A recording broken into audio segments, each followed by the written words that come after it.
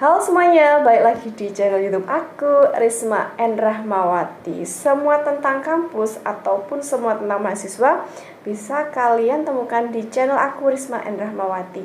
Video kali ini aku pengen membahas tentang pertanyaan-pertanyaan apa saja sih yang bakal ditanyakan oleh Dewan Penguji saat teman-teman sidang skripsi. Nah, siapa dari kalian yang sudah mendaftarkan diri atau sudah siap atau besok atau seminggu lagi teman-teman bakal sidang skripsi?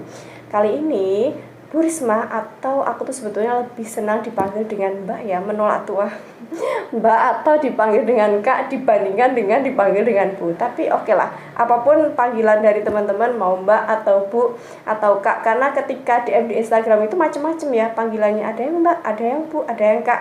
Apapun panggilan teman-teman untuk aku, ketika teman-teman tanya di Instagram atau di WA ataupun dimanapun, pasti insya Allah akan aku jawab. Langsung saja, sebetulnya ada banyak pertanyaan yang bakal diajukan oleh tim penguji dalam sidang skripsimu. Yang pasti ketika teman-teman sidang skripsi, yang paling penting itu jangan panik. Ketika teman-teman panik, udah semuanya bakal ambiar ya, udah kemana hafalannya, atau teman-teman kemarin sudah belajar bakal lupa. Jangan seperti itu, teman-teman harus yakin bahwa ini adalah skripsiku, aku yang mengerjakan, dan teman-teman tidak joki skripsi, tidak dikerjakan oleh orang lain. Pasti insya Allah dapat nilai yang bagus dan juga memuaskan sesuai dengan apa yang teman-teman kerjakan. Yang pasti dan jelas ditanyakan oleh tim penguji atau dosen pembimbing skripsimu ketika teman-teman sidang skripsi adalah judul. Mbak Mas, ini skripsinya judulnya apa ya? Coba dijelaskan. Karena pengalaman teman-temanku sendiri saat dulu teman-temanku S1, S2, judul saja bisa sampai lupa. Padahal dia mengerjakan sendiri, ya saking groginya itu ya. Jadi kalau teman-teman punya rasa grogi atau rasa tingkat groginya tinggi, ada beberapa tips dari aku di video aku sebelumnya tentang mengatasi rasa grogi saat sidang skripsi. Yang pertama tadi yang ditanyakan pasti adalah judulmu apa, silakan dijelaskan. Yang kedua adalah urgensi dari penelitianmu. Jadi maksudnya urgensi itu begini ya, kenapa sih teman-teman itu harus meneliti persoalan itu?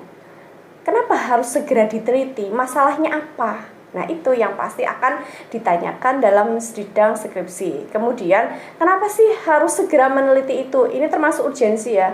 Kenapa masalah ini tuh segera banget harus teman-teman teliti, kemudian teman-teman membuat skripsi, kemudian teman-teman nanti membuat jurnal dan juga dilaporkan hasilnya. Itu sebetulnya kenapa itu nanti teman-teman jelaskan secara ilmiah. Jadi ketika teman-teman sidang skripsi, jangan sampai menjelaskan itu berdasarkan subjektivitas. Jadi peneliti itu memiliki sifat yang objektif, tidak boleh berdasarkan pendirianmu sendiri ataupun berdasarkan hatimu seperti itu ya. Jadi nggak baperan lah, ibarat kata jangan baper dan berdasarkan subjek, tetapi harus objektif berdasarkan penelitianmu yang bisa diterima oleh banyak orang.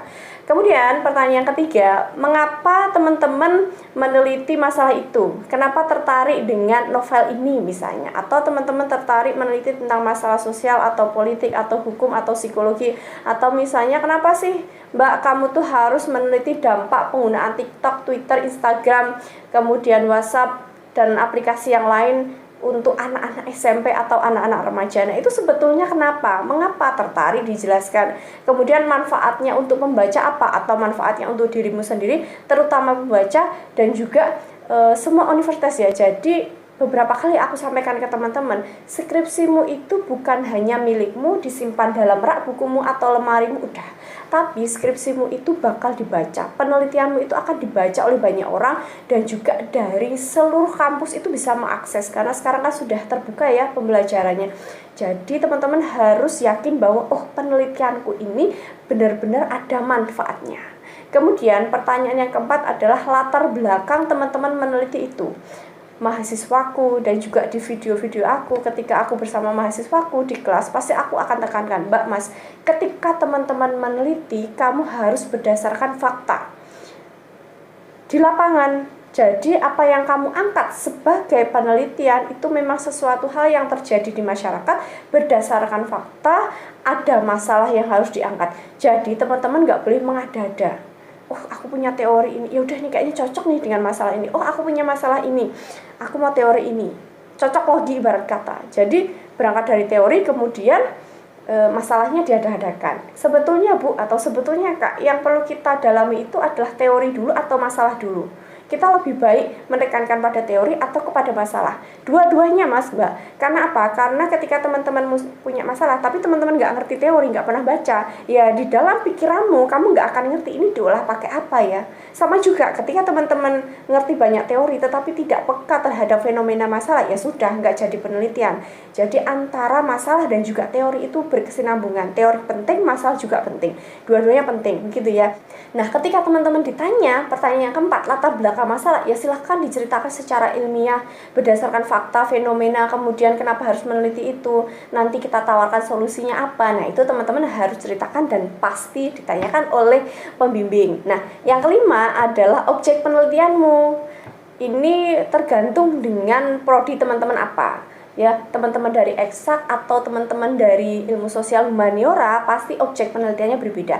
Kalau aku dari sastra pasti objeknya nanti ya larinya ke teks sastra, ataupun aku dari kajian budaya berarti yang memang berkaitan dengan masalah budaya dan kebudayaan. Tergantung. Kalau teman-teman dari eksakta atau dari psikologi kesehatan kedokteran berarti objek penelitianmu itu akan berbeda-beda. Ya, sesuaikan dengan prodimu masing-masing ketika menjawab. Jangan sampai teman-teman salah kamar. Ini wong eksak kok. Ya, orang eksak tetapi ketika ditanya objek bingung dan malah menjawab objek dari anak-anak sosial atau humaniora. Misalnya jangan sampai seperti itu. Kemudian pertanyaan yang keenam, Mbak, Mas, tujuan kamu meneliti ini tuh apa? Ya silakan dijelaskan berdasarkan masalah dan juga penelitianmu. Pasti teman-teman udah tahu kok tujuan saya meneliti itu untuk apa. Tadi ya ingat, jangan berdasarkan pendapat pribadi. Saya meneliti ini karena ini Bu, ini tuh objek kajiannya dekat dengan rumah saya. Jadi saya bisa diantar keluarga atau kakak, atau karena fasilitas di sana itu lengkap. Jadi saya meneliti, tidak kesulitan. Jangan seperti itu. Tetapi jawabanmu itu berdasarkan dengan ilmiah dan juga objektif. Jangan subjektif. Nah, yang bakal ditanyakan di pertanyaan yang ketujuh adalah metode yang teman-teman gunakan. Metode itu ada kualitatif dan juga ada metode kuantitatif, tergantung teman-teman eksak atau ilmu sosial humaniora. Kalau eksakta itu biasanya menggunakan metode hitungan ya, jadi kuantitatif. Tapi kalau orang-orang sastra dan juga humaniora biasanya menggunakan metode kualitatif. Bisa nggak sih Bu kalau ini ya, bisa nggak Mbak kalau kualitatif dan juga kuantitatif itu digabung? Nggak bisa. Dari beberapa prodi itu bisa menggabungkan penelitian kualitatif dan juga kuantitatif. Jadi sesuaikan dengan prodimu masing-masing. Kemudian yang ke-8 yang ditanyakan ini adalah data dan sumber data. Oke, data dan sumber data itu ada primer dan juga ada sekunder ya. Bedanya apa sih Mbak? Data primer dan juga data sekunder. Data primer adalah data utama dan data sekunder adalah data tambahan. Begitu. Jadi kalau yang utama misalnya aku novel, ya novelnya apa? Nah, nanti data sekundernya misalnya aku menggunakan koran atau apalah yang memang sesuai dengan bidang teman-teman masing-masing. Misalnya teman-teman dari kedokteran itu atau dari kesehatan misalnya fisioterapi. Nah, objeknya atau data primernya misalnya teman-teman menggunakan orang yang sakit. Nah, itu nanti data sekundernya misalnya penelitian lapangan ini misalnya loh ya. Jadi teman-teman sesuaikan dengan kebutuhan dari prodimu masing-masing. Nah, pertanyaan ke-9, ketika teman-teman itu menggunakan atau meneliti suatu permasalahan atau mengangkat permasalahan skripsi itu yang berbasis penelitian lapangan, nanti akan ditanya, Mbak, ini kamu meneliti di mana, Mas, Mbak? Kemudian kenapa memilih lokasi itu? Tentunya ketika teman-teman memilih lokasi itu harus jawabannya berlandaskan dengan ilmiah. Ya karena di situ ada masalah yang harus kita kaji, harus kita angkat dan kita selesaikan. Jadi bukan karena masalah tadi loh, masalah yang baper atau masalah subjektif karena dekat dengan rumah saya Bu, jangan seperti itu. Nah itu ya pasti anak ini ya Dewan Penguji pasti gitu maksudnya, maksud lo ya. Pasti akan aneh ya, lo menjawab kok berdasarkan karena dekat rumah, ya nggak boleh seperti itu karena ini penelitian ilmiah, jawaban dengan metode yang ilmiah juga. Kemudian yang ke-10 adalah pembaharuan dari skripsimu. Biasanya di bab 2 atau beberapa perguruan tinggi itu masih di bab 1 ya, bab 2 ataupun bab 3 ya, ini menyesuaikan. Nanti pasti akan ditanyakan pembaharuan dari skripsimu. Ini nanti masuk ke tinjauan pustaka ya. Jadi teman-teman itu bakal ditanya apa sih yang membuat skripsimu itu atau penelitianmu itu baru dibandingkan dengan penelitian-penelitian sebelumnya. Jadi tinjauan pustaka itu nanti teman-teman melihat ya, ketika ditanya pembaharuan ini berkaitan dengan tinjauan pustaka. Jadi yang namanya meninjau itu adalah melihat apa sih Bu? Atau melihat apa sih Mbak? Ya teman-teman itu melihat penelitian terdahulu yang memang sesuai dengan objek kajianmu. Kemudian teman-teman pasti akan ditanya ketika objeknya sama. Misalnya ya, jadi aku meneliti objek kajian novel dari Triyanto Triwikromo. Pasti bukan aku aja ya yang meneliti, tapi sudah banyak universitas lain yang meneliti. Nah kemudian aku akan ditanya, apa sih yang membedakan penelitian sebelumnya dengan milikmu ini Mbak? Kalau tidak ada pembaharuan, nah udah itu wes angel ya. Ketika kita meneliti objek kajiannya boleh sama, tetapi harus ada pembaharuan, atau kalau dalam bahasa aslinya research gap ya. Kenapa? Ya apa yang membedakan penelitianmu dengan penelitian yang sebelum-sebelumnya? Ketika sudah sama, lah kenapa harus diteliti? Bisa plagiat, bisa jadi plagiat ya, kemarin dulu sudah ada ini diteliti, kemudian teman-teman ketawanya waktu sidang skripsi ya udah nggak lulus DO, bisa-bisa seperti itu. Jangan sampai seperti itu. Pastikan, ini saran dari aku, ketika teman-teman mengajukan judul skripsi, sebelum teman-teman maju, cek dulu di Google Scholar, ada nggak penelitian itu? Objeknya sama, oh nggak apa-apa, tetapi misalnya metode ataupun permasalahan yang kita sajikan itu berbeda dengan penelitian-penelitian sebelumnya, itu sangat boleh.